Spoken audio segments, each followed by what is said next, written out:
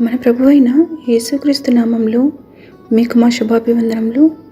ఈరోజు దేవుని వాగ్దానము, గాఢాంధకారపు లోయలో నేను సంచరించినను ఏ అపాయమునకు భయపడను. నీవు నాకు తోడయుందువు. నీ దుడ్డుకర్రయు నీ దండమును నన్ను ఆదరించును. కీర్తనలు 23:4. Even though I walk through the darkest valley, I will fear no evil, for you are with me. Your rod and your staff, they comfort me. Psalm 23:4. ప్రార్థన.